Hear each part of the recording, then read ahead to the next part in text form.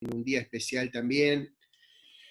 Hace más o menos, un mes que terminamos el ciclo del seminario que hicimos con el Polo, ahí más o menos 50 compañeros que atravesamos 10 Zoom, con mucha persistencia y también con mucha profundidad.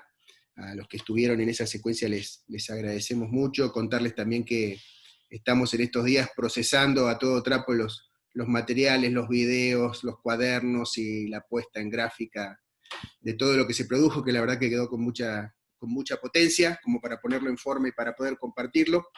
Y teníamos ganas, y estaba previsto también, como en otra secuencia, en otra capa de esto, tener este momento en dos partes, igual que hicimos la otra vez, de intercambio de experiencias y tomándolas en la clave de uno de los ejes que tomamos. Recuerdan que en el seminario tomamos 4 ejes, ¿no? El pensamiento de Francisco, las hipótesis de transformación social, las periferias anómalas y la cooperación internacional. Y ahora tenemos programadas 4 acciones, una de las cuales es esta, las otras tienen los otros 3 ejes, y esta, que se despliega en la actividad de hoy, y un poco con el mismo método que seguimos en el seminario, la del jueves, para profundizar, tomar, en primer lugar, cuatro experiencias que nos concedieron el honor de que las pudiéramos entrevistar y sistematizar, y que están en la web del Polo, para indagar juntos y conversar un poco sobre hipótesis de transformación, lo que más los técnicos dicen a veces en los proyectos, la teoría de cambio subyacente, pero que en todo caso tiene que ver mucho con lo que vamos decantando y profundizando de nuestra manera de entender cómo se hace la articulación entre la práctica y el horizonte de lo que queremos cambiar, transformar, transfigurar acaso. Así que esa es un poco la idea. No sé, Santiago, si querés agregar algo antes de pasarle la palabra a los compañeros. No, básicamente, bueno, que también, como bien decías, la intención es poder profundizar. La intención, ya hemos charlado este eje, está condensado en un documento, pero sí lo que nos parecía importante era tomar estas experiencias, ponerlas en diálogo, y hoy quizás hacer un poquitito hincapié en eso, en poder darles el tiempo para que cuenten, bueno, Oscar, Charlie, Flavia y Cristian, bueno, no solamente el origen y el funcionamiento de sus respectivas organizaciones y proyectos y responsabilidades, pero sí que pudiesen profundizar también en esto, en cuáles son las hipótesis de transformación social subyacentes o explicitadas en sus respectivos abordajes. Así que, bueno, sin más, me parece que nuevamente agradecer y avanti. Muy bien, muchas gracias. Le vamos a dar entonces la palabra primero a Charlie, que después sé que tiene un compromiso, así que si te parece bien, Charlie, empezás vos, amigo. Adelante, en todo caso. Hogares de Cristo. Genial, gracias Néstor, Santiago y bueno, compañeras, compañeros.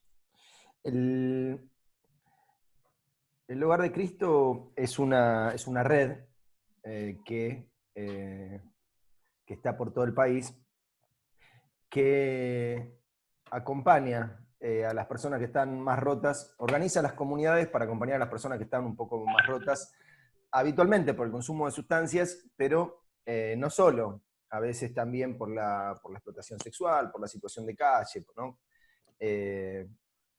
Nosotros comprendimos que compartíamos una realidad, más allá de que no en todos lados está el Paco, que no en todos lados tenemos la configuración social que tienen las villas de la Ciudad de Buenos Aires.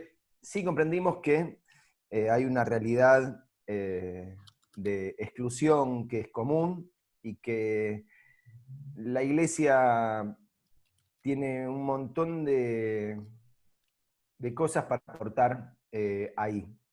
Por eso nos propusimos, el objetivo del Hogar de Cristo es que las personas que están más rotas encuentren en la iglesia una familia que las abraza. Entonces, por un lado era hacernos familia en los lugares donde estábamos, pero por otro lado era generar condiciones para que se pudiera producir esa transformación de la iglesia.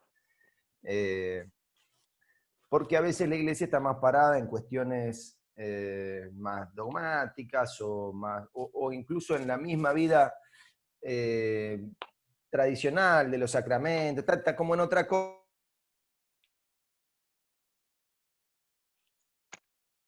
Fueran cariñosas, familiares, que le dieran posibilidad de ponerse de pie, incluso de acompañar a otras personas, ¿no? Como ser parte de un nosotros y no estar afuera. ¿Tenemos la posibilidad de que yo les muestre la pantalla? No sé quién está con la cosa técnica. Creo que sí, que Javier Deberías poder. Si querés probar. Ahí Javier te A ver, sí, perfecto. Genial. Bueno, yo les quiero mostrar un hilo de pensamiento que nos ayudó muchísimo. Acá tengo como un programita que se llama NetLogo, que bueno, es un modelador de sociedades. Este NetLogo tiene, en este caso, el modelo que estamos trabajando es un virus en una red social. Esto lo vamos a entender rápido, vinculado como al COVID. Tiene acá, ¿el cursor se ve? Sí, sí. Bueno, acá entonces la cantidad de nodos son 150. Vamos a poner un promedio de 3 relaciones por nodo. Los puntitos verdes son nodos, pueden ser personas, no pueden ser computadoras que están en red. Bueno, hay entonces 150 nodos, puntitos, que tienen un promedio de 3 vínculos. Por ejemplo, este que estoy señalando acá no tiene ningún vínculo, y este que estoy señalando acá tiene 4 vínculos, y este de acá tiene 1, 2, 3, 4, 5 vínculos. El promedio es de 3 vínculos. Y hay 3 que están infectados con un virus, los 3 rojitos, ¿no? Esto te va tirando como sociedades distintas, ¿no? Bueno, la cosa es que yo lo echamos a correr. Acá está la tasa de propagación del virus, este 2.5, lo echamos a correr y va avanzando entonces el virus en esta red social. Y acá, donde dice tics, son las unidades de tiempo. ¿No? Hay 400, ¿no? Ahí, bueno. En este momento, 462 unidades de tiempo, están contagiados todos los que se podían contagiar, ¿no? Imagínense ustedes, si no estaba este vínculo, estos de acá no se contagiaban, ¿no? Esa es la lógica que hay como en las cuarentenas. Nosotros hacemos cuarentena para no cruzarnos en la calle, para no cruzarnos en el trabajo, para no encontrarnos en la escuela o en el club, para que de esa manera no pueda transmitirse el virus. Si hubiera acá un puente, este grupo de acá también hubiera podido contagiarse. Entonces, nosotros entendemos que de la misma manera que un virus fluye por una red social, de la misma manera fluye la mirada, el pensamiento, el entusiasmo, la alegría, pero también fluyen como otras cosas. También puede fluir como un desencanto, una práctica distorsiva, ¿no? Entonces, fíjense lo que, si nosotros en lugar de 3, ¿no? En lugar de 3, un promedio de 3 vínculos por nodo, tenemos 6 vínculos por nodo, nuestra red social avanza muchísimo más rápido. Y en 173 unidades de tiempo, no en 462 como antes, sino en 173 unidades de tiempo, ahora se contagiaron todos los que se podían contagiar. ¿Qué quiere decir esto? Quiere decir que si estamos más conectados, entonces el virus fluye más, pero de la misma manera, también si estamos más conectados, la mirada, el entusiasmo, las prácticas y todas las cosas que hacen como a la difusión de una práctica también, también fluyen más. Entonces nosotros comprendimos en el Hogar de Cristo que teníamos un gran desafío de comunicación. Y para eso, justamente para poder generar esta multiplicación de los vínculos, es que empezamos a hacer un montón de encuentros nacionales. Nosotros buscábamos plata por todos lados para hacer encuentros nacionales, encuentros regionales, encuentros temáticos. Entonces resulta que la gente que estaba preocupada en los temas de infancia se juntaba, que los que estaban con temas de espiritualidad se juntaba, que los que estaban con la población travesti trans se juntaba, las mismas chicas también. Bueno, entonces, que además hicimos cursos virtuales, con mucho foro, mucha cosa de compartir la mirada. Además, incentivamos muchísimo las visitas de un lugar a otro. Y entonces buscábamos que los que estaban un poquito más avanzados recibieran a los que estaban para empezar. Entonces hacíamos pasantías, después misiones. Resulta que las chicas de la casita Animí, ¿no?, de acá de Buenos Aires, y viajaban a Bahía Blanca para acompañar una experiencia con la población allá, travesti trans, que los pibes de Ingeniero Juárez, población Huichí, van a bancar la experiencia de Aguará y de Embarcación y de otros lugares. Entonces, la gran apuesta para nosotros fue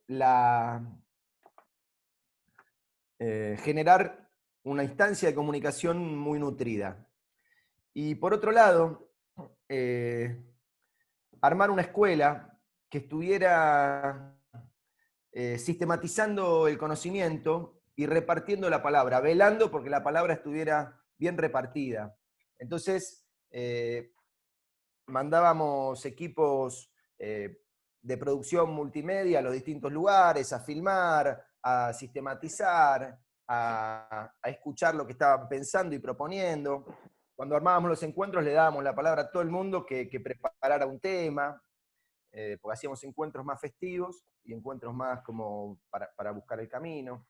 Entonces, de alguna manera, la estrategia que construye el Hogar de Cristo, tal como lo conocemos hoy, el Hogar de Cristo es una federación, en la que los centros se federan y participan y eligen la conducción y todo eso. Bueno, la estrategia que nos dimos fue muchos vínculos y producción de contenido. Del contenido que necesitábamos, de las búsquedas, que sistematizar las experiencias, ¿no?, generar respuestas. Eso a nosotros, la verdad es que nos fue muy, muy rico, porque bueno, de esa manera cualquier grupo, cuando vos te metés a acompañar una población muy rota, vos tenés un montón de dificultades, vos tenés que probablemente las vecinas, los vecinos no se copan y dicen que vos estás refugiando no sé, a los que te roban. Los obispados no siempre entienden la propuesta que estás haciendo. A veces sí, pero a veces no. En general los gobiernos nos pasa que tienen una mirada mucho más tecnocrática de los problemas de consumo y piensan que el tema es equipos interdisciplinarios que trabajan las cuestiones en el hospital y te dan con todo, porque te discuten, ¿viste?, se te plantan, pero bueno, vos estás en el territorio de una mirada integral, qué sé yo, desde otro lugar, otra identidad. Aunque eso probablemente como servicio lo utilicemos, tenemos otra identidad. Bueno, tenés un montón de dificultades, te clava muchos cuchillos, y entonces tener el acompañamiento de otros grupos te permite caminar. Bueno, el Hogar de Cristo hoy, si hay algo que lo explica, yo creo que tiene que ver con esta estrategia que nos dimos de redes y contenido, ¿no? Como, bueno, hasta ahí. Muchas gracias, querido Charlie. Muy bueno, muy interesante. Qué lindo. Con mucha potencia. Les voy a poner ahí también para que tengan, cuando tenemos ahí la entrevista que le hicimos a Charlie, que también tiene algo de esto más desarrollado. Solamente señalo dos cosas que me parece interesante para dejar para después, entre otras tantas, ¿no? Pero el tema me queda resonando, la relación entre lo roto y lo vincular, y el tema de la consistencia de los encuentros, ¿no? Ahí me parece que hay algo para la consistencia y la insistencia de los encuentros, además de la matriz viral, digamos, que no por estar tan en boga no deja de tener una cosa que, medio como hablábamos un poquito con Oscar antes de empezar a compartir, hay distintas capas de lo viral y de las distintas pandemias, para decirlo de algún modo. Así que muchas gracias, Charlie. No sé, Santiago, ¿con quién seguimos? Buenísimo, buenísimo. No, me parecería interesante ahora seguir con Oscar, justamente una mirada desde la política pública, de una experiencia de gobierno municipal, para bueno, después pasar a Flavia y por último a Cristian. Así que la invitación ahí para continuar con Oscar. Bien, muchas gracias. Buenas tardes a todas y a todos. La verdad que fuerte, pero a la vez simple lo de Charlie, ¿no? Fue lindísimo escucharlo. Nosotros tenemos la suerte de tener Hogares de Cristo en San Martín y de que esté esa comunidad efervescente que genera Pepe. Pero esta explicación me pareció espectacular. Lo contundente de la simpleza, ¿no? Bueno, nuestro aporte respecto a una mirada de un municipio del conurbano de 500.000 habitantes, con todo lo que eso supone, un gobierno municipal que además ya va en este año, que es raro, que no sé si contarlo, no contar cómo contarlo, pero sería como el 9º año de gestión, nuestro primer año de la tercera gestión, digamos, ¿no? Una medida que casi empieza a ser demasiado estiradas, demasiado largas, digamos, ¿no? Yo creo que nosotros creemos, el equipo que laburó, que viene laburando y que labura con Gabriel y todo, y ahora con Fernando, entendemos que periodo de 8 años para un gobierno local, en general, es como una medida adecuada, ¿sí? Nosotros ya nos estamos pasando. Habrá que ver qué hacemos con eso, pero respecto a esta propuesta de trabajar un poco sobre las hipótesis, o identificar las hipótesis de transformación desde una perspectiva de una acción de gobierno, ¿no? Como es nuestro caso, ¿no? Una perspectiva de interacción con toda la comunidad, pero desde un lugar determinado que tiene todas las características positivas de lo que supone la política en el marco de la democracia, y también todas esas cosas que la gente identifica como, que el vecino, que el gaucho de a pie, y que cualquiera de nosotros que estamos aquí también identifica como cuestiones que no están tan buenas, pero que ya están como arraigadas, que ya son como parte de nuestra idiosincrasia, digamos, y entonces en un punto, no es que nos las bancamos, sino que, bueno, están ahí, ¿viste?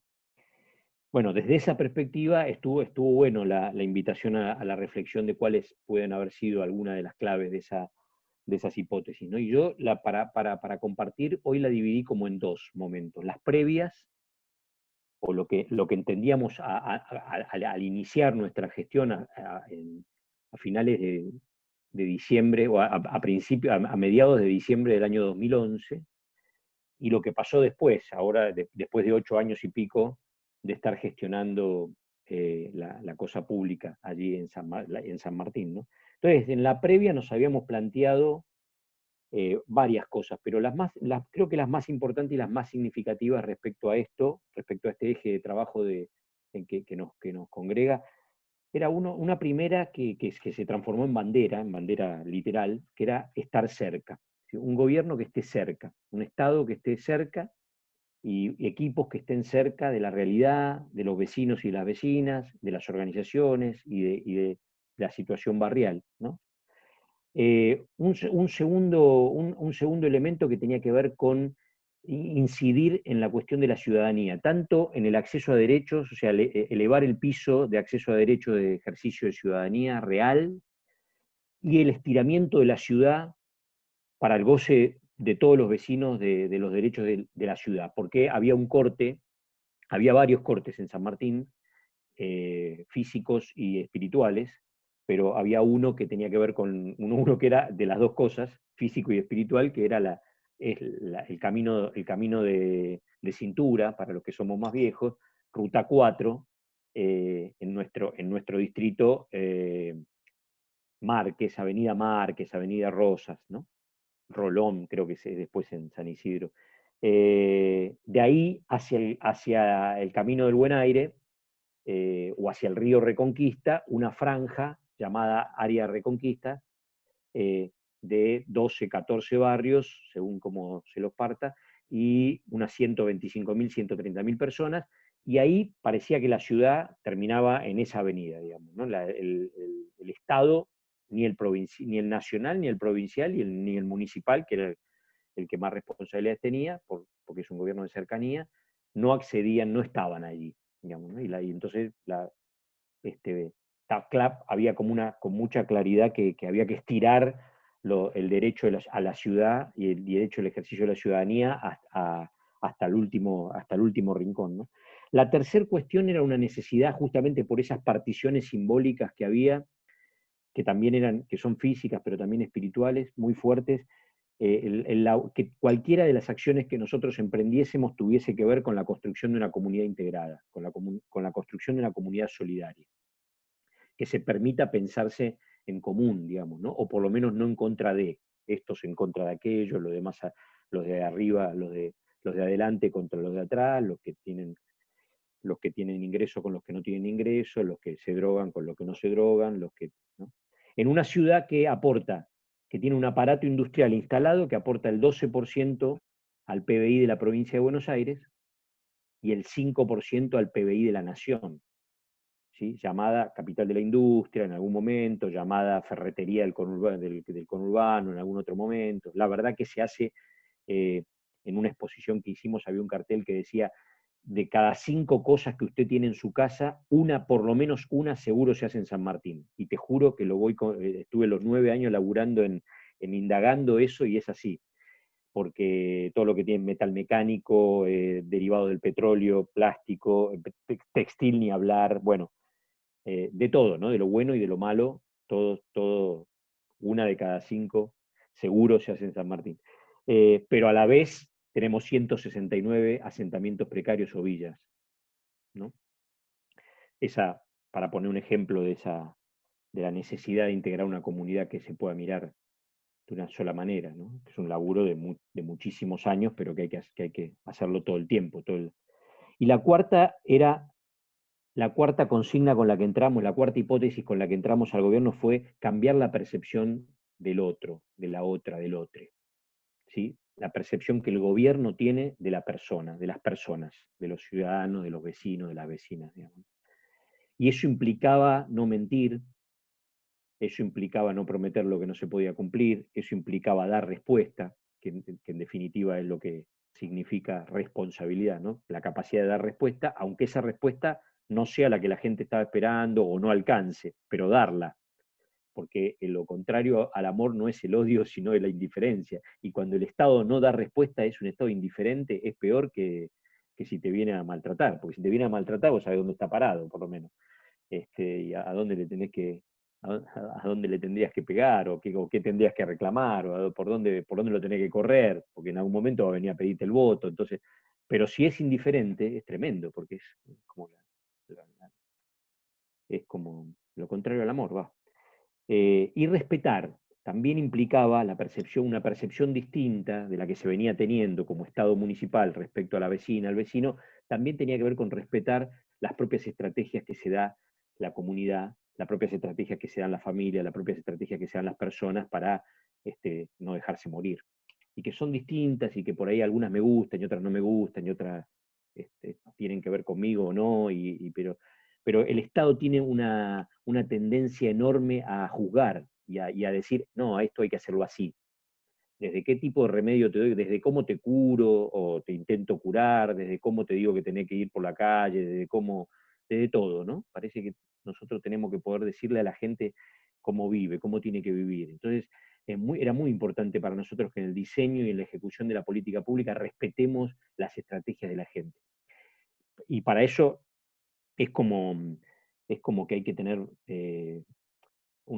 una cierta dosis de huevo, digamos, ¿no? Porque cuando tenés miedo, cuando no te la jugás, lo que haces es más bien seguir tu receta y no abrir, porque entonces, como tengo miedo de que qué sé yo qué va a pasar, qué me van a decir si pregunto.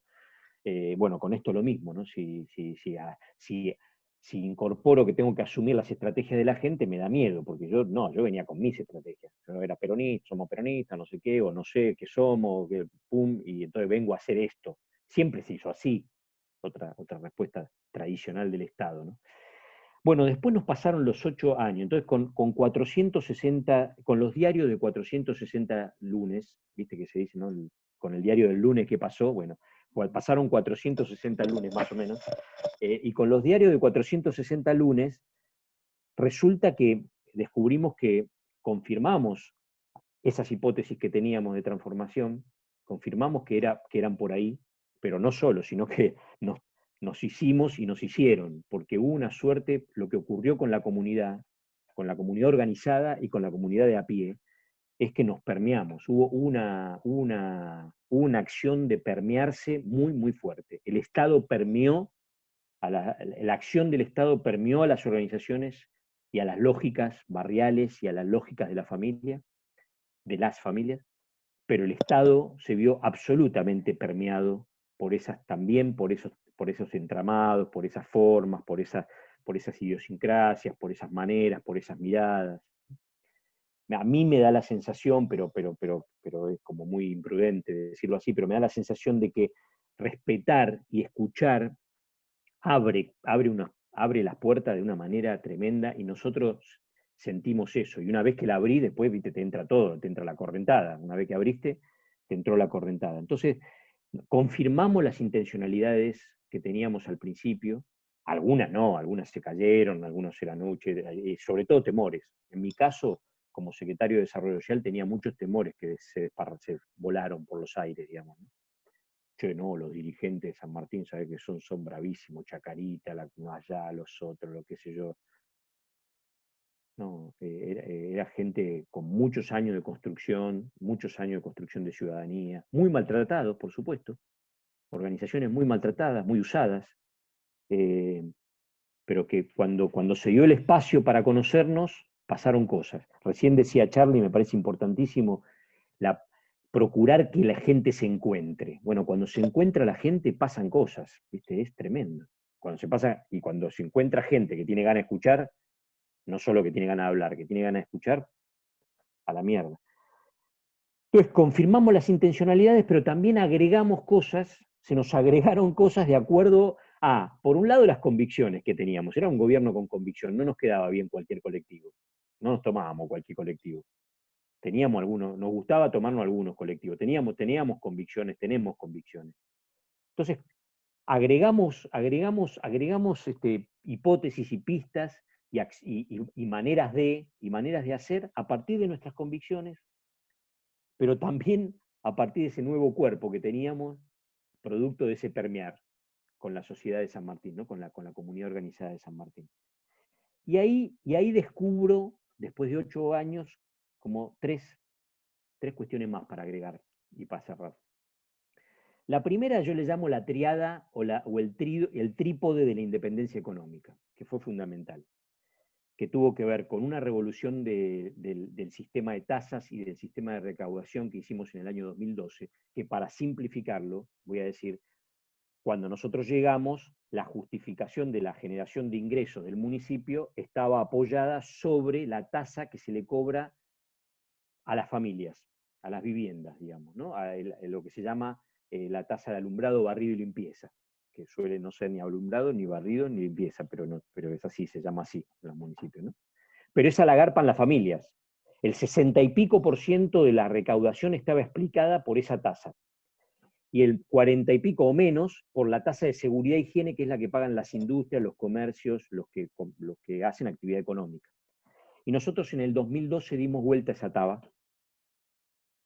invertimos ese equilibrio, pero además estiramos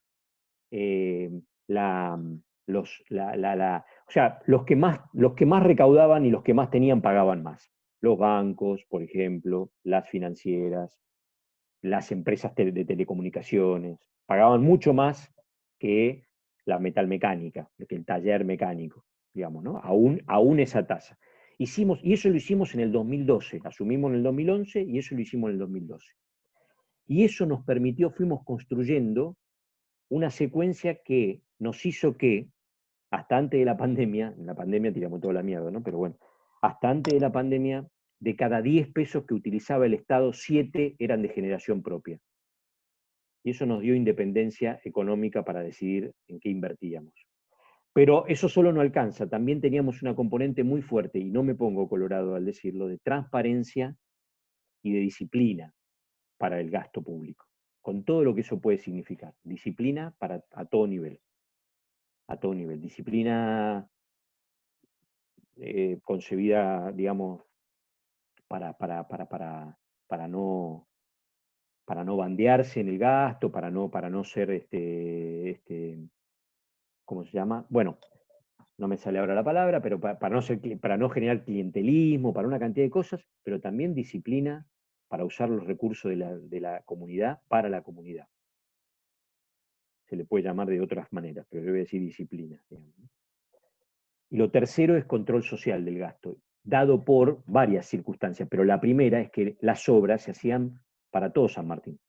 Se hacía obra para Ballester, para San Andrés, para Villa Maipú y también para el área de Reconquista. Muy fuertemente para el área de Reconquista porque había que agregarle muchísima ciudadanía, pero no se dejaban de hacer obras para... Entonces el vecino de Ballester también vio un túnel, después un túnel prometido durante años y años y años y años, pero la primer pileta de natación cubierta y climatizada la hicimos en José León Suárez, en exactamente el lugar donde fueron los fusilamientos de José León Suárez. Eso dio muchísimo control social. La gente, o sea, y eso sostuvo la recaudación durante todos los años. Entonces, esa tríada nos permitió hacer, y nos permitió hacer parejo, digamos, ¿no? 500 cuadras de asfalto, bueno, 2 natatorios municipales gratuitos, donde van 7.000 personas por mes a cada uno de esos 2 natatorios, jardines de infantes maternales de primerísima categoría, uno que se llama Abuela Delia, que es una abuela de Plaza de Mayo que vive y que recuperó a su nieto en coincidencia con nuestra gestión, con lo cual nos llenó de alegría, nos llenó de felicidad, nos llenó de mística, digamos, ¿no? Y le pudimos dar un reconocimiento en vida, está en vida y es la madrina del jardín. Ese jardín está, vos caminás una cuadra más y te caes en el camino del Buen Aire. Es para los, en general, se dice, che, es donde termina San Martín, digamos. Bueno, para nosotros empieza ahí, desde ese enclave, digamos, ¿no? La tríada de la independencia económica. La segunda cuestión es el concepto de la gestión compartida. O sea, ese permearnos con las organizaciones, reconocer la existencia de las organizaciones sociales en todas las temáticas y generar o respetar si ya existía, o fortalecer e instalar espacios y ámbitos donde nos sentamos no solamente a compartir los diagnósticos con las organizaciones, sino también el diseño de lo que hay que hacer y el control de la ejecución presupuestaria sobre eso que hay que hacer.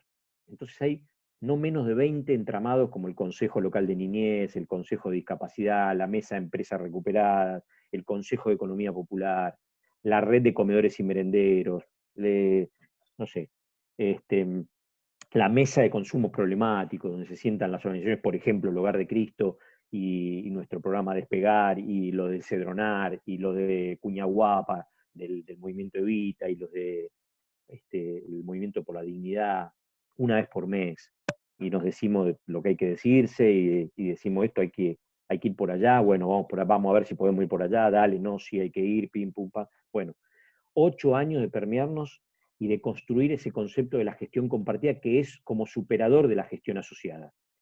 La gestión asociada es como un ámbito en donde se poroteaba, ¿no? Pero al final el Estado tenía el sartén por el mango. En la gestión compartida el Estado no tiene la sartén por el mango, pero tampoco renuncia a las responsabilidades que tenemos como Estado, porque para eso lo eligieron al intendente, ¿no? Si no, y no nos asumimos como organizaciones sociales, somos el Estado. No pretendemos ser organizaciones. Y las organizaciones sociales le pasa lo mismo. Entonces, nos cagan a trompada, no exigen lo que tienen que exigir, y ha sido muy, muy, muy beneficioso ese espacio, esos espacios que nos han permitido generar y construir una comunidad de otra naturaleza. La experiencia de la comunidad organizada, donde el Estado está siendo parte. Y por último, 3 cuestiones que son como parte, son 3 cosas diferentes, pero que son como parte de una cuestión común que yo diría como modelo de gestión, tener un modelo de gestión despierto, o sea, no dormirnos. Y esto es trabajar en equipo, laburar muy, muy fuertemente por trabajar en equipo, lo cual es muy difícil, articulado, transversal, pero sobre todo equipos que se puedan corregir, que se puedan nutrir, ¿no? No hay tipo bárbaros, uno que es bárbaro, un secretario que es bárbaro, una secretaría que es bárbara, no, hay equipos de trabajo. Innovación en las políticas sociales, en las políticas en general, pero en particular en las políticas sociales, o sea, no quedarnos con esto se hizo siempre así. Entonces nosotros, por ejemplo, la Secretaría de Desarrollo Social, después de 8 años de gestión, generamos 47 programas o dispositivos que no existían cuando asumimos, ¿no? Nuevos, completamente nuevos, como el Crecer Bien, que es de primera infancia, el fondo de microcrédito, el fondo rotatorio para mejoramiento progresivo de la vivienda, no sé, así 46. Bueno, está Florencia acá, que coordina algunos de los programas de justicia juvenil restaurativa, que son bellísimos, responsabilidades compartidas, autonomía joven, ¿no? Bueno, unas cosas hermosísimas. Y lo tercero, la escala. Somos un municipio de 500.000 habitantes, entonces no hay ningún lugar para experiencias piloto. La experiencia piloto o las hacíamos antes o fuimos. Ahora es lo que hay que hacer, tiene que llegar tiene que estar a disposición de todos. Después si llegan todos, bueno, eso es para cortar, ¿no? Y esas 3 cosas conforman esa cuestión de un modelo, del intento de un modelo de gestión despierto, que no se quede atornillado ni adormecido, digamos, ¿no? Perdón si me fui del tiempo, Néstor y Santiago.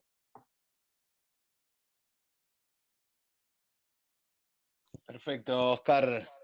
No, todo lo contrario, todo lo contrario. Muy bien. Interesante también ver esto, la diacronía, ¿no? El largo plazo, ¿no? Y cómo también las hipótesis de transformación social a veces se confirman, pero necesariamente están en diálogo con lo que va pasando. Bueno, en la entrevista que hicimos también con Charlie, algo de eso surge también, ¿no? Como se tiene un método, se tiene algunas certezas de dónde comenzar y avanzar, pero inevitablemente si es virtuoso y si está abierto también a permearse, esas hipótesis de transformación se complejizan, pero también justamente el desafío es que sean efectivas, ¿no? Porque ahí está como el núcleo de esto, transformar, pero para construir realidades concretas y transformaciones efectivas. Y bueno, nuevamente gracias, Oscar, por el tiempo, por siempre estar dispuesto a compartir esa valiosa experiencia de un territorio también muy complejo, pero que bueno, no es casual todo lo que ha pasado y todo lo que sigue pasando y saliendo desde San Martín. Bueno, seguimos en la zona AMBA, antes de irnos al litoral. Yo no sé si Néstor quiere agregar algo, si no, la podemos escuchar a Flavia Barreiro. Ahí, Néstor, si querés agregar algo antes, ¿no? Seguimos.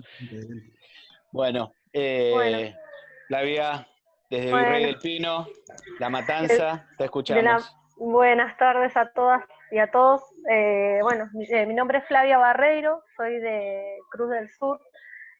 Cruz del Sur es una asociación civil que trabaja con el arte y la cultura como una herramienta para llegar a la comunidad, y nosotros decimos hacer transformación social.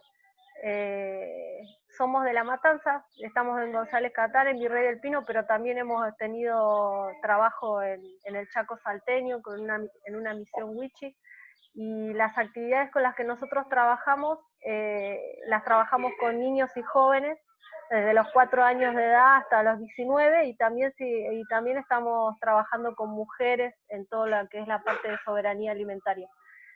Trabajamos con diferentes valores y ponemos en tensión algunos imaginarios sociales y algunos modelos de consumo que le hacen muy mal a nuestra sociedad. Fomentamos el cuidado de la casa común y hacemos talleres de soberanía alimentaria, de huerta orgánica, y me quedó ahí resonando un poco lo que decía recién el compañero Oscar, esto de brindar esos espacios de encuentro, ¿no? Y también estaba pensando lo importante que son brindar esos espacios para que la gente pueda realizar pequeñas transformaciones y por ahí puedan de alguna manera poner en valor diferentes transformaciones que van sucediendo en el barrio o en la comunidad. Nosotros trabajamos con jóvenes también, trabajamos sobre la idea de solidaridad, con actividades y diferentes misiones. Los chicos se están ocupando de hacer lo que es la asistencia alimentaria en los barrios, ahora en época de pandemia. En su momento después participan de otras jornadas que tienen que ver con la ayuda y la asistencia en las inundaciones y ese tipo de actividades. Y tratamos de trabajar lo que es el compromiso social, ¿no? De que los pibes tomen la solidaridad como una cuestión cultural, ¿entendés? Para su vida, para hacer algo por los demás. Para nosotros el arte y la cultura tiene una gran potencia transformadora. Nosotros con los murales, que ahí después hablábamos con Charlie, que fue una de las primeras actividades con las que empezamos, son una forma de difundir el arte, la belleza, y son un medio de expresión de las comunidades que nos convocan. Nosotros no pensamos el arte desde la idea de la postura individual del artista que va y hace actividades o una pintura o expone algo en un muro y ya está, y se va, sino que somos los seres de las historias, de los sentimientos y de ideas que traen los barrios, de los curas que nos convocan. Nosotros tenemos nuestro origen ahí con el padre Pepe, con los curas villeros, así que este espacio también nos da la posibilidad de reencontrarnos con nuestros orígenes. Nosotros, bueno, después a nivel talleres decimos que tienen un gran potencial transformador porque a nivel grupal y personal los chicos realizan actividades artísticas que los ponen en sensibilidad con un montón de temas que van pasando en su vida y producen herramientas de sanación colectiva.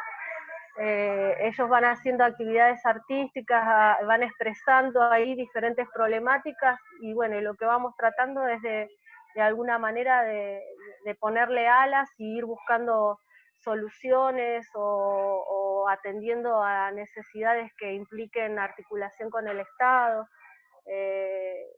Y bueno, de esa manera vamos transformando algunas realidades de los pibes con problemáticas bastante heavy, como por ejemplo el abuso sexual infantil, problemáticas de adicciones. Lo que hacemos es derivar y bueno, y tratar de formar redes. Nosotros creemos que a través de las actividades artísticas los chicos tienen un espacio en donde transformar parte de su día, de su vida, parte del medio en el que están, y de esa manera también se relacionan y tienen vínculos solidarios, y bueno, es más o menos lo que estamos haciendo ahora. Somos un grupo muy heterogéneo, los compañeros a nivel, digamos, trabajamos con las diferencias de cada uno. Lo podemos hacer a nivel estructural de la organización, pero también lo hacemos con la comunidad, somos ecuménicos. Y bueno, eso nos ha posibilitado por ahí que tengamos una variedad de experiencias y de actividades en el territorio que nos han enseñado muchísimo, ¿no? De este seminario nos llevamos un montón de cuestiones positivas, porque nosotros lo que hacemos es una vez que participamos de las actividades, después las compartimos con los compañeros, y bueno, dentro del seminario nos llevamos una nueva perspectiva, por ejemplo, de lo que es la idea de cooperación internacional. Por ahí nosotros la pensábamos como una rueda de auxilio, y después pudimos tener charlas en las que hablamos sobre los contextos sociopolíticos que están pasando, y Miserior nos estuvo hablando de los objetivos concretos que la cooperación internacional tiene. Entonces por ahí nos llevamos unas nuevas ideas y de formas de pensar todo ese contexto.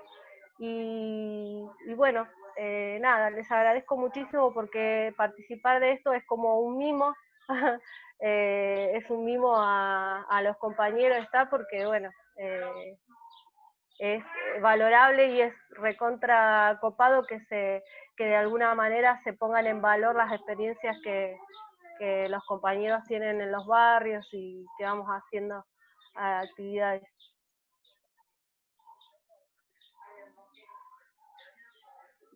¿Se escucha? Gracias, Flavi. Muchas gracias, Flavia, por ahí tu aporte.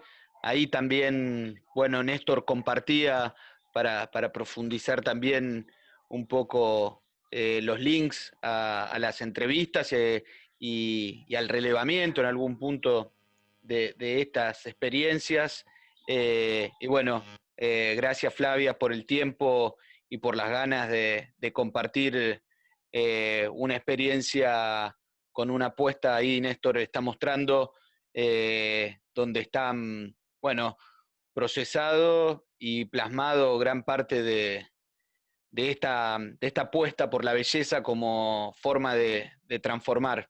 Cuando hablábamos con ella y nos contaba los orígenes de Cruz del Sur, pero sobre todo esta lógica de una democratización de la belleza, nos parecía realmente poderoso, y sobre todo también esto de ampliar la mirada respecto al modo en el cual el arte se presenta y se articula con los territorios. No solamente arte que baja como si fuese artistas que bajan como si fuese un satélite y se posan sobre territorio, sino es una articulación. Así que gracias, Flavia, ahí mostrando también parte del relevamiento de lo que hicimos. Bueno, en cuarto lugar, ahora sí salimos del AMBA y nos vamos para Entre Ríos. Tan en agenda pública en estos días la cuestión agraria, pero la cuestión también de la discusión sobre el modelo productivo. En eso un lujo y una alegría poder contar con Cristian Acosta. Le tuve que avisar con varios días para garantizar que estuviese con acceso a internet, porque a veces es muy probable que el compañero lo agarre en el medio ahí del campo, organizando unas nuevas huertas, unas nuevas producciones. Así que, Cristian, gracias por el tiempo y te escuchamos con gusto. Bueno, primero agradecerles enormemente la generosidad de la invitación sabemos del compromiso. Me fue muy difícil, sinceramente, poder seguir el hilo de lo formativo, pero bueno, siempre cuando tenemos un ratito le metemos a ver qué fue pasando. Y la verdad que sí, estuve escuchando muy atentamente las experiencias anteriores. Eh, Creo que los seminarios que se hicieron, los encuentros y demás, nos fueron preparando de alguna manera para desarrollar la capacidad creativa de transformación, ¿no? Hay un nuevo escenario que es desconocido, hay una nueva realidad que hay que construir y hay que apelar a las herramientas de la creatividad, pero fundamentalmente también de la confianza y el amor por el pueblo. Nosotros se habló mucho de la construcción colectiva, del diagnóstico, de la generación de políticas públicas y demás. Imagínense, como decía Santi, hoy en una realidad que nos pone lamentablemente en la escena político-social de la cuestión agraria. Digo lamentablemente porque aflora de lleno las injusticias en el campo, ¿no?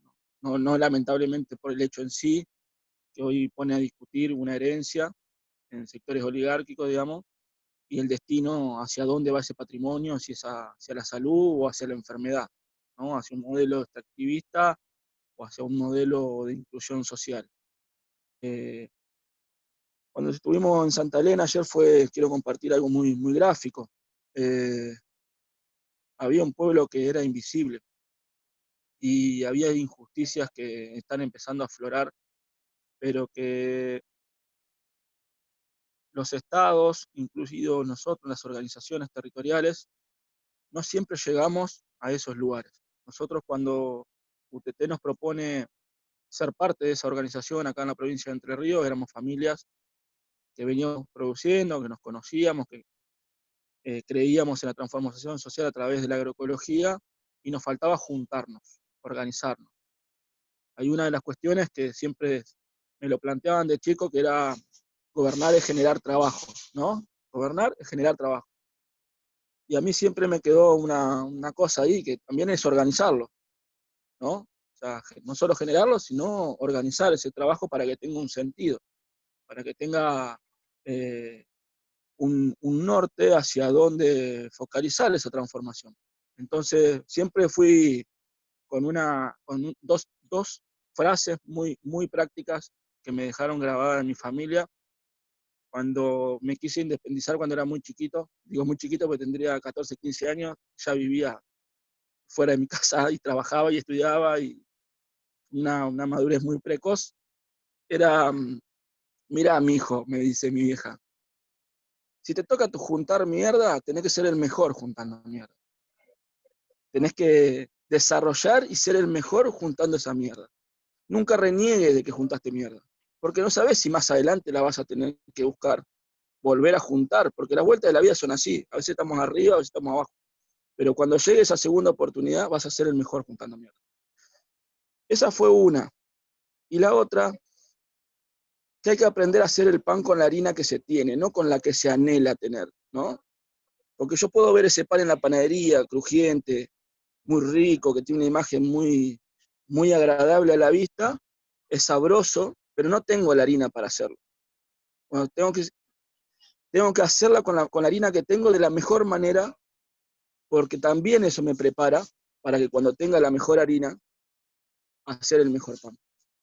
Y eso me costó muchos años entender esos mensajes, ¿no? Ir hasta el último rincón del corazón del Gualeguay fue la consigna que nos dimos hace 1 año y medio.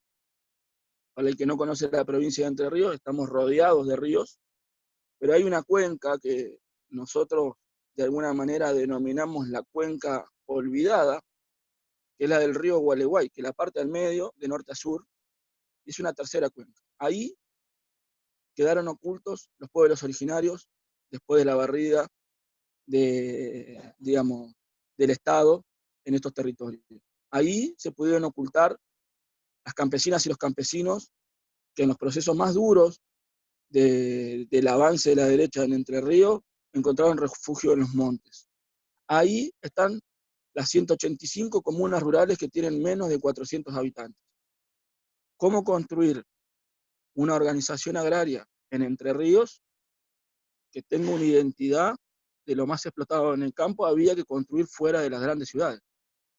Habría que construir fuera de la gran capital, habría que construir fuera de los 17 departamentos más importantes de la provincia, sin desmerecer que en esos departamentos y en esas ciudades radican gran parte de los productores, pero la transformación y la dinámica que nos teníamos que dar como organización social, como Unión de Trabajadores de la Tierra, era organizar el campesinado entrerriano.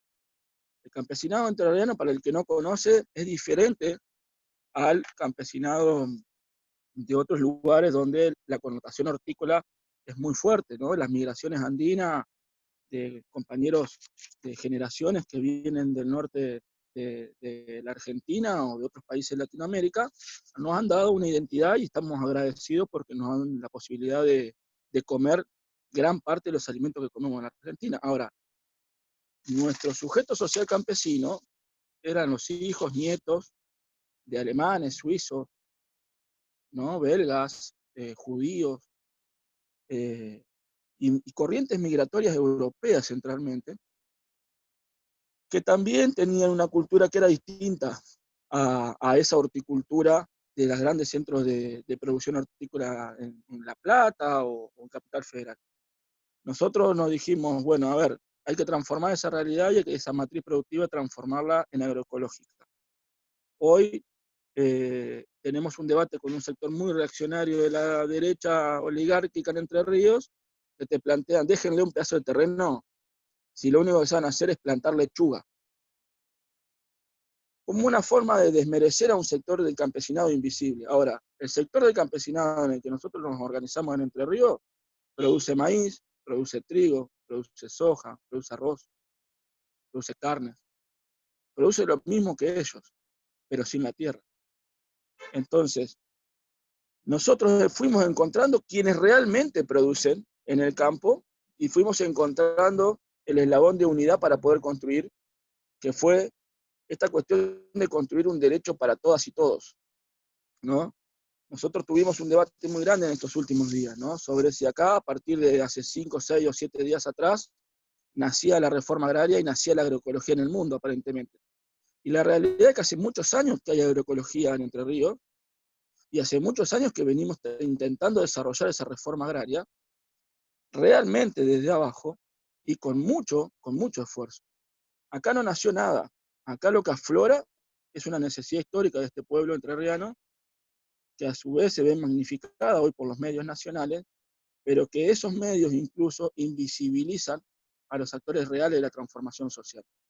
Porque esos medios hoy se quedan también en la construcción de una grieta antagónica en donde no existe. Nosotros tenemos en claro quiénes explotan el campo entrerriano. No puede ser que un grupo empresario tenga 35.000 hectáreas en mi departamento, en el departamento de Uruguay, y emplea a 20 personas. Y nosotros tengamos 70 familias en menos de 70 hectáreas trabajando. Entonces, la distribución de la tierra en Argentina es un eje central en el que nos dimos una táctica que es muy simple, pero que de alguna manera la virtualidad nos fue quitando, que es la del encuentro. Y encontrar al campesino que está ahí en esa comuna, no hay colectivo, a veces no tenés guita, y bueno, el dedo, confiar en que el camionero que te levanta te lleva y te da indicaciones de, che, lo conozco a fulano que produce, confiar en el pueblo y llegar hasta esos lugares donde no llega el Estado, no llegábamos con las organizaciones y no llegábamos con el derecho de la política pública. Ese es el rol que por ahí cumplen las organizaciones territoriales. Construir abajo, después del año 2017, nos dimos una tarea muy fuerte de construir muy abajo en Entre Ríos, con una convicción muy federal. Y esa convicción federal nos permitió unirnos con organizaciones que no veníamos unidas, con ideas que no venían encontrando un espacio de encuentro, y cuando pudimos encontrar una herramienta federal de encuentro, pudimos construir la política agraria hacia dónde desarrollarla, y la política juvenil, la política cultural, la política de género. ¿Por qué? porque recuperamos el encuentro, recuperamos la base fundamental del espíritu de Artigas, que era el círculo y el encuentro. El círculo que democratiza la presencia de todos en ese debate, en ese hablar, en ese escucharse, y la construcción colectiva. Eso nos permitió hoy poder incidir en esa discusión, poder construir una organización campesina que dispute a estos sectores del campesinado. Porque hay algo que ahora quiero recordar, quien lo dijo, Santi, me parece. ¿Cómo generamos transformaciones efectivas? Y esas transformaciones efectivas están unidas fundamentalmente al afecto, ¿sí? Hay algo que dijo Oscar, creo que era, ¿no? La diferencia, digamos, del amor no es el odio, digamos, sino que la indiferencia. Bueno, tenemos que nosotros no podemos ser indiferentes con aquel que es nuestro par, que es nuestro igual, y que tenemos que ayudarlo a que sea protagonista. Necesitamos que sean protagonistas, porque nada mejor que cuando uno transforma y conquista un derecho, pueda transferirlo y defenderlo en lo colectivo. Entonces, yo creo que en este encuentro del foro, lo que me han dejado y lo que me han aportado para entender también, porque me han ayudado mucho a comprender muchas cuestiones, fue una actitud fuerte de escucha y comprensión para esa transformación. Y creo que lo que viene exige que tengamos que hacer un esfuerzo enorme en comprender esa herramienta de escucha, de comprensión y de transformación.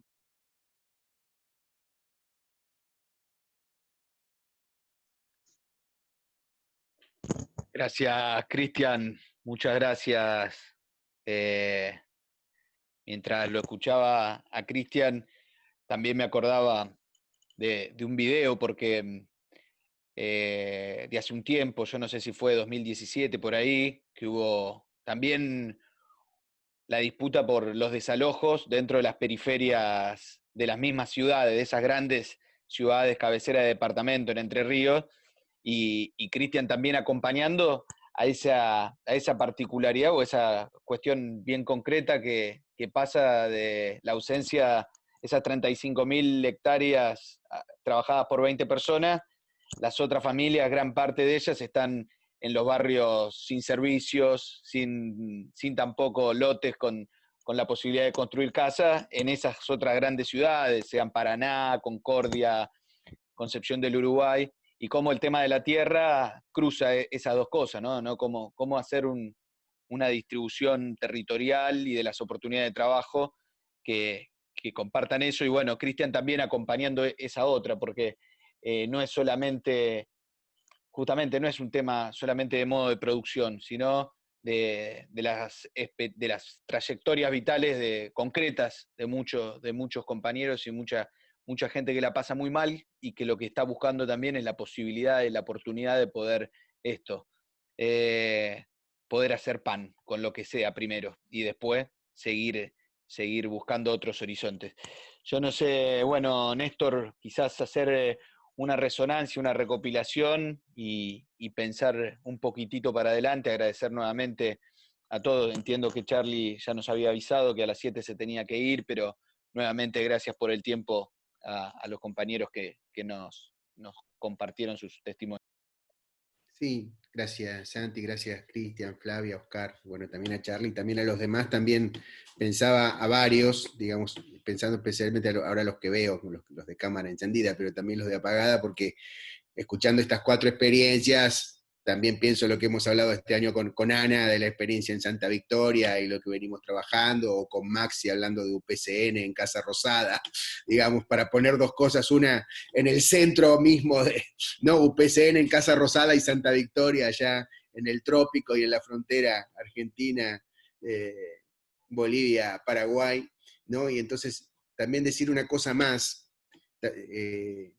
los escuchaba y trataba de hacer el ejercicio de no pensar demasiado la experiencia, ¿no? En el sentido de cómo escuchar la experiencia, como narrativa, y no capturarla demasiado rápido en los esquemas que uno tiene para atraparla, ¿no? Y y poder quedarse por lo menos por un momento, en ese momento donde la experiencia fluye en su propia cosa, en lo que fue y también en cómo se cuenta, ¿no? Y cómo se comparte en un marco de tiempo. También pensando este ejercicio que estamos haciendo, que a mí me parece interesante, por lo menos con Santi lo hemos tratado de pensar así, de hacer zooms acotados, hacer una pausa y después retomar, ¿no? Como no salir enseguida a capturar lo dicho, sino como decantarlo un poco, el tema de la restricción. Pero yo tenía ganas de hacerle una pregunta corta a Oscar, a Cristian y a Flavia en este sentido.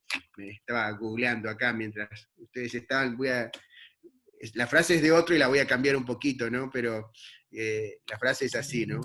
Articular la experiencia no significa solo reconocerla tal y como ha sido, sino significa apoderarse de lo que fue, tal cual relampaguea en un instante de peligro, ¿no?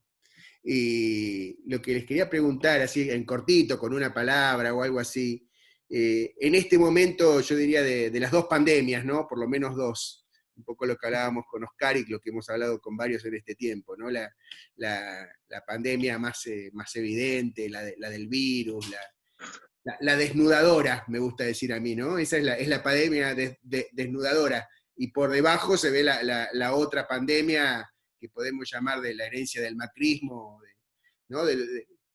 La herencia de la pandemia envenenadora, me sale decir a veces a mí, ¿no? En el sentido que es también, en el modelo de Charlie que mostraba al principio, también más rápida que el COVID, en ese sentido, y muy eficaz en lo suyo. Entonces la pregunta así corta, como porque en un ratito ya cerramos, porque también la paciencia de los Zoom es toda una cuestión, ¿no? De poder encontrarse en este momento, ¿no? En la doble inflexión de esas dos pandemias que se cruzan en su momento más peligroso quizás, o más conmovedor también, y más arduo, de todo esto y de su larguísima experiencia también, y de camino y de trayecto de involucramiento en esto, ¿qué ven?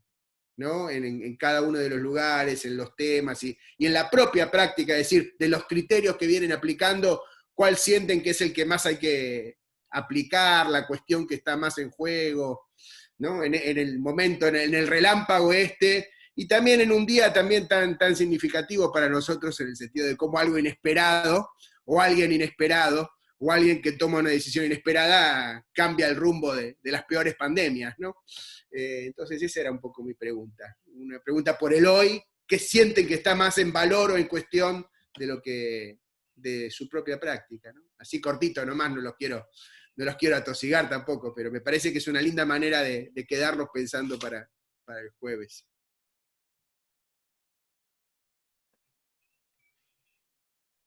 No sé quién se anima. Flavio, Oscar, Cristian. Todos están en momentos de inflexión importantes, así que peligros no le falta a ninguno. Yo mientras se prepara Flavia, tendría que haber arrancado Flavia, que es la dama, pero le doy ahí para que vaya preparando. No, vos sabés que las dos pandemias se cruzan y se encuentran, pero a la vez dejan al descubierto una pandemia histórica, digamos, ¿no? O sea, porque el último gobierno de estos 4 años reactualizó situaciones que venimos padeciendo desde la existencia del capitalismo prácticamente, ¿no? Y la nueva pandemia, la que se lleva la vida, la que se la universal, la que es tan loca porque es de todos los rincones y a todas las latitudes, puso como nunca el acento y el subraye en lo indispensable de las personas, digamos, ¿no? Estaba pensando que las tareas más indispensables, más importantes que se han desarrollado en estos 8 o 9 meses, en general fueron gratuitas o fueron muy mal pagas, digamos, ¿no? Entonces, junto las dos cosas y digo, ojalá, tengo mi corazón lleno, repleto de deseo de que esta situación nos haga observarnos a cada uno y a cada una de nosotros y nos ayude. Hay montones de cosas de la vida que te ayudan a reflexionar, pero esta que es tan masiva y tan transversal, también nos ayude a reflexionar transversalmente de cómo nos necesitamos, cómo necesitamos de la otra, del otro, del otro, y que esa necesidad sea como sea una sangre, sea el aire que necesitamos respirar, sea la razón de la vida, sea la razón de nuestra organización, sea la razón de nuestra lucha, de nuestra revolución, ¿no? La necesidad que tengo del otro, de la otra, y la necesidad que tiene de mí, ese otro que está al lado. Ojalá pase eso. Muchas gracias, querido Oscar. Flavi. Ahí estamos. Y esta pandemia nos han, sí, desnudado un montón de cuestiones que tienen que ver con la necesidad, como decía el compañero, de estar con los otros, de trabajar con los otros y de redoblar la apuesta de compromiso, ¿no? Porque en un momento se cruzan a nivel personal, digo por las situaciones que por ahí han pasado por los compañeros que están digamos, bien en la trinchera, digamos, de batalla, haciendo la asistencia alimentaria, llevando ese tipo de actividades adelante, se cruza un poco de miedo, un poco de inseguridad, de no saber qué hacer, y yo lo que más digamos, valoro de todo eso es la valentía y el compromiso. Y es un poco lo que por ahí estuvimos viendo durante el seminario que Francisco nos plantea que se necesita, ¿no? Que se necesita darnos, darnos para darle otra forma al mundo, ¿no? Que empieza a tomar otra forma al mundo. Y me parece que lo que nosotros tenemos que construir a raíz de esto es el fin del mundo que conocemos, con todas esas cuestiones que nos hacen tan mal y que nos hacen mal a las mayorías, que le hacen mal al medio ambiente. Me parece que nos demandan amor, gestos concretos, a milagros, creo que decía ahí Francisco, me acuerdo que nos demanda hasta milagros. Así que nada, yo lo que rescato es eso, lo que sale de esos compañeros y de todas esas personas que le están dando batalla a todo esto, toda la gente que está aguantando en sus casas y todo a pesar del miedo y de las incertidumbres. Rescato el compromiso y la valentía que se siguen teniendo en los territorios. Gracias, Flavi. Cristian. Bueno, ahí me pone en un aprieto, pero voy a tratar de ser sintético. Quien me conoce sabe que es muy difícil para mí. Pero separé la idea en las dos etapas, ¿no? En las dos pandemias. En la primera pandemia, creo que, como en toda enfermedad, ¿no? Hay una cuestión que nos afecta y hay un cuerpo que se organiza para defenderse de eso y que genera una inmunidad. Yo creo que eso en la anterior fue muy fuerte el feminismo, ¿no? La presencia de nuestras compañeras en el debate sobre el todo, de las relaciones, de la construcción, de la política. Absolutamente fue en la pandemia del macrismo, fue relevante eso, lo más relevante, que yo creo que fue lo que nos permitió en esta, que recién arranca, tener una fuerza enorme para poder afrontarla desde la resignificación del afecto. Yo creo que sin la irrupción del feminismo en los últimos 4 años muy fuerte, no sé si esta pandemia nos hubiera resignificado cómo construimos el afecto y el cuidado por el otro. Eso es algo que me deja muy, muy digamos, pensando. Y después, en esta que viene, recuperar la capacidad creadora que nos dormimos, que nos hemos dormido por no mirar al costado, por no observar al otro. Y pensé en algo como un método o una guía práctica como para la acción, ¿no? Pararse junto al otro como común, como reconocerse como un igual y de alguna forma recuperar ese sentir de ser pueblo. Eso es lo que nos puede permitir, con la potencia creadora que nuestras compañeras han ido forjando y siguen forjando en nuestra sociedad, volver a construir un sentido profundo de pueblo transformador. Entonces, me deja esa reflexión. Así que yo les agradezco enormemente. Grande, Cristian. Bueno, muchas gracias nuevamente. Creo que la propuesta del polo formativo del fin del mundo, nosotros la fuimos cocinando durante mucho tiempo con Néstor, la fuimos gestando ante la necesidad también de tratar de hacer una propuesta que salga un poco de la matriz con la que veníamos pensando, tratar de proponer, son 4 ejes los que estructuraron el seminario y estructuran un poco al polo, hoy tratando de profundizar en las hipótesis de transformación social, pero que ante todo y sobre todo creíamos necesario tener audacia también en el modo, en la matriz de encarar la etapa que viene. Hay una sensación de agotamiento que la teníamos antes de la pandemia y que con esto de la pandemia y este año tan particular, realmente tan exigente y que marca mucho lo que va a venir por delante, es casi una certeza de que hay algo que ya no va más. Pero al mismo tiempo, recién lo que decía Cristian, ¿no? Que tenemos que recuperar la capacidad creadora y de cómo protagonizar la etapa que viene, tratando de no volver a eso mismo que mencionaba Oscar. Siempre se hizo de esta forma, vamos a volver a hacer lo mismo y reproducir eso. Creo que en ese sentido, este espacio, que luego de ese seminario volvemos a ponernos en marcha, agradecerles también en eso particularmente de seguir apostando por este espacio de encuentro, que estamos convencidos que va a seguir creciendo, que le queremos dar esos órganos, que le queremos dar forma y que es parte de la etapa también puntualmente de esta propuesta. Y entonces, en ese sentido, volver a ponernos en camino en esta reflexión compartida que busca tratar de pensar más allá del paradigma y tratar de imaginar otro paradigma, porque es parte también de la apuesta, ¿no? Tenemos que construir también unas coordenadas que nos permitan jugar de memoria, como se dice en el fútbol.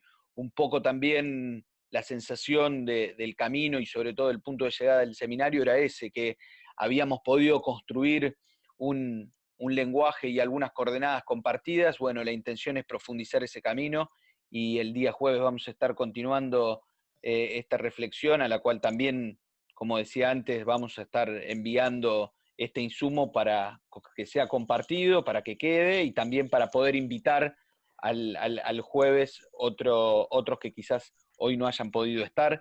Estamos convencidos de que es un aporte a la reflexión y a la etapa que nos toca, agradecidos de que nos acompañen en ese sentido. Bueno, entonces, siendo las 19:30, con esta cosa que nos hemos fijado con Néstor de tratar de ser respetuoso también de los tiempos, nos vemos próximamente, agradecerles otra vez y vamos que hay mucho por hacer, pensar y construir. Los saludamos a todos y a todas. Hasta la próxima. Gracias. Muchas gracias. Compañeros. Gracias por acompañar y ahí Gracias estamos. Nos vamos viendo. Nos vemos Muchas el jueves. gracias. Gracias, Flavia, por Nos vemos, que anden bien. los paredones de José León Suárez con el arte de ustedes. Cuídense.